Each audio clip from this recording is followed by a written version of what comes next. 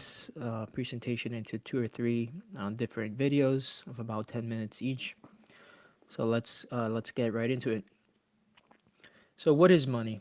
Money is a tool that allows individuals to exchange goods and services in an economy. It also allows for the communication of price and value of those goods. Money also provides a way for individuals to store their wealth or the fruits of their labor. So, good money needs to have certain characteristics. Good money needs to be scarce, meaning it should be difficult to inflate or increase its supply. It should be durable, it should be divisible, it should be portable, and it should be fungible. Fungible means that each individual unit, they're all equal. You can't distinguish one from another.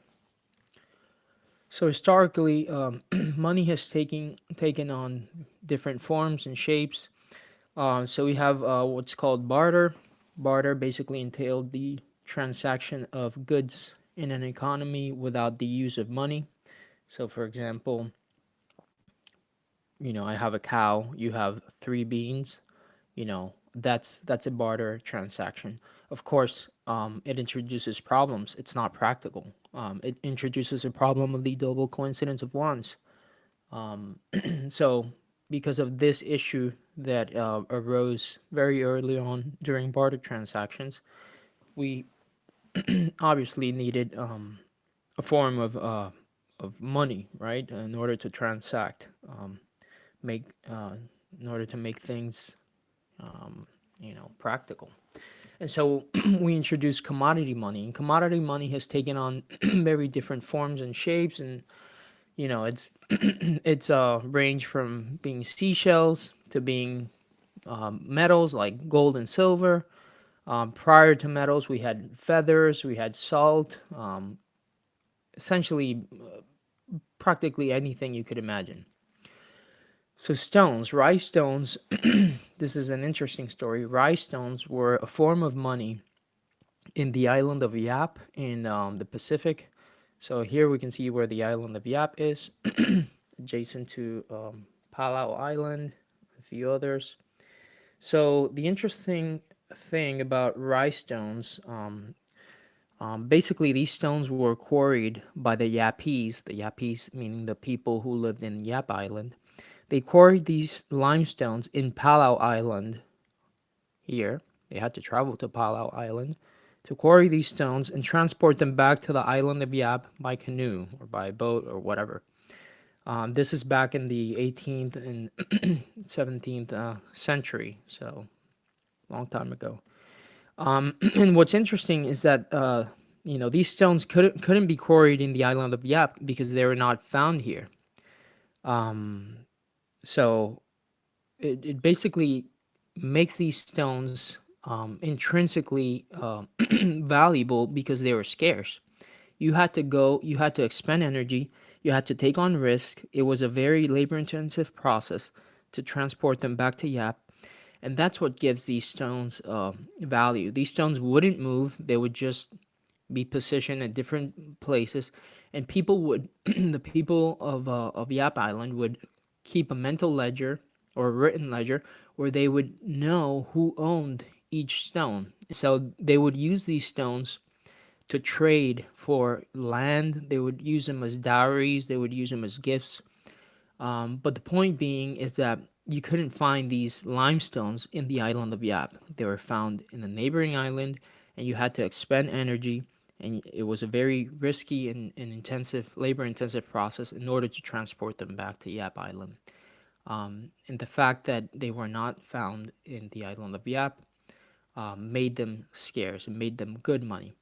It wasn't until the 18th or 19th century when British settlers came into the island, they figured out that these were used as currency. And of course, the British found a way to transport a lot of these stones. They basically increased their supply, they diluted their supply, and the currency fell out of favor. It just stopped being used as money. So, how our current fiat system came to be. So, this is an interesting story. These gentlemen here that we have on the right, basically met at Jekyll Island Club in Georgia, an island outside of Georgia. They basically met in November 1910 in order with a plan for a creation of a new banking system. The Federal Reserve did not exist prior to this, and they basically had the intention of creating the Federal Reserve. And so in 1913, the Federal Reserve Act was signed into law by President Woodrow Wilson, um, basically to prevent financial panics that had occurred during the 18th and early 1900s or so. That's what they said. And so, as we know, after the creation of the Federal Reserve System, we had the Great Financial, the Great Depression in the 1920s and 1929. And so the U.S. Basically suffered, had a hard time getting back on its feet after the recession. And so in 1933, President FDR, Delano Roosevelt, passed Executive Order 6102, where he basically confiscated all the gold coins, all the gold bullion, and all the gold certificates of the American people.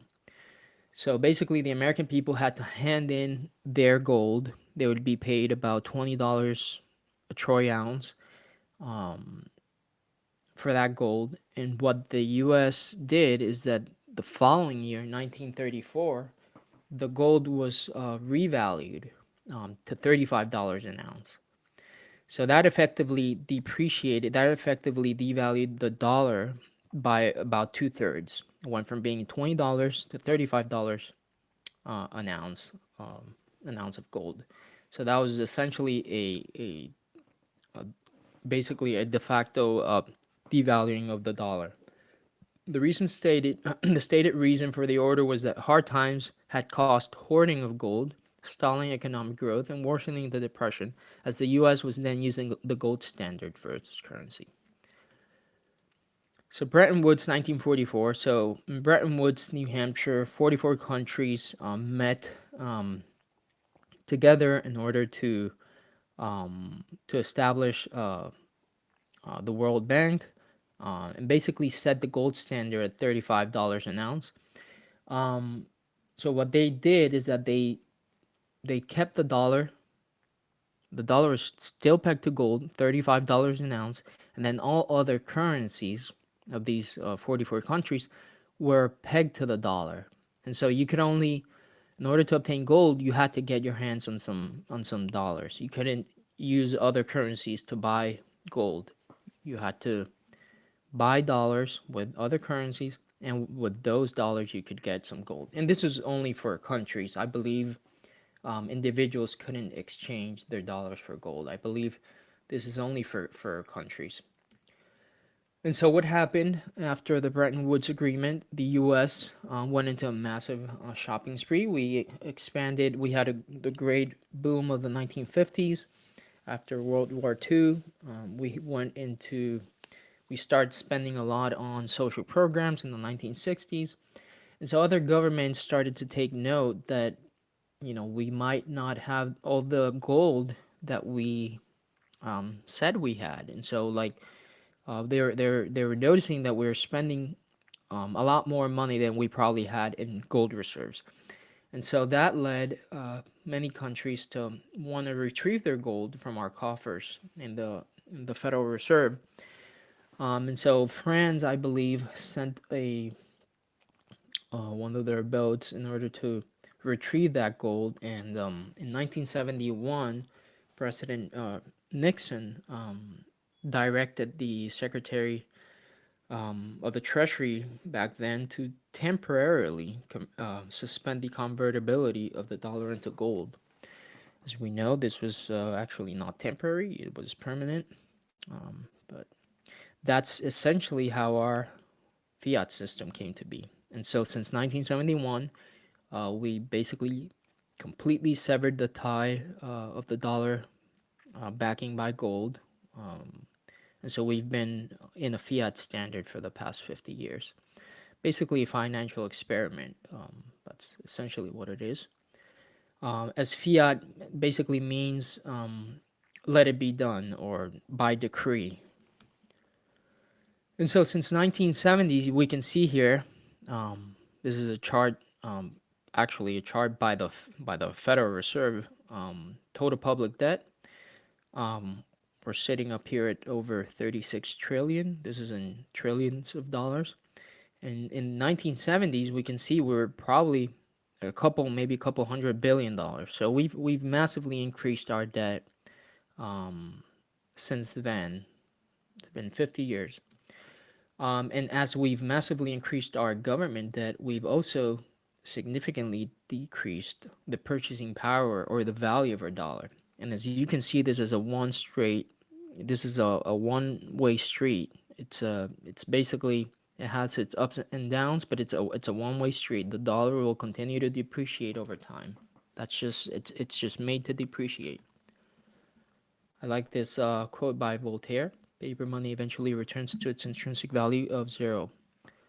The only difference between these two notes is your belief that one has more value than the other," and this is certainly true. So value is always subjective. Value of everything is subjective. Um, the truth is, this is paper, and this is paper. At some point, this paper on the left used to be a gold certificate. You would be able to go into a bank and exchange this for gold, which was actually money. Of course, that's not the case anymore since 1933, where our gold was confiscated. And so now this paper is basically the same as this paper. The only difference being that we are all willing to work for this paper. We're all willing to say, okay, I will trade my time and my value and my knowledge and for this one, right? Because we all accept that this one has value. And so I love this quote by Austrian economist Frederick Hayek. We can't have a good money again before we take the thing out of the hands of government. That is, we can't take it violently out of their hands. All we can do is by some slight roundabout way introduce something that they can't stop. And of course, that brings us to Bitcoin. And I'm gonna cut this video short here. We'll continue our talk with Bitcoin and money on the following video.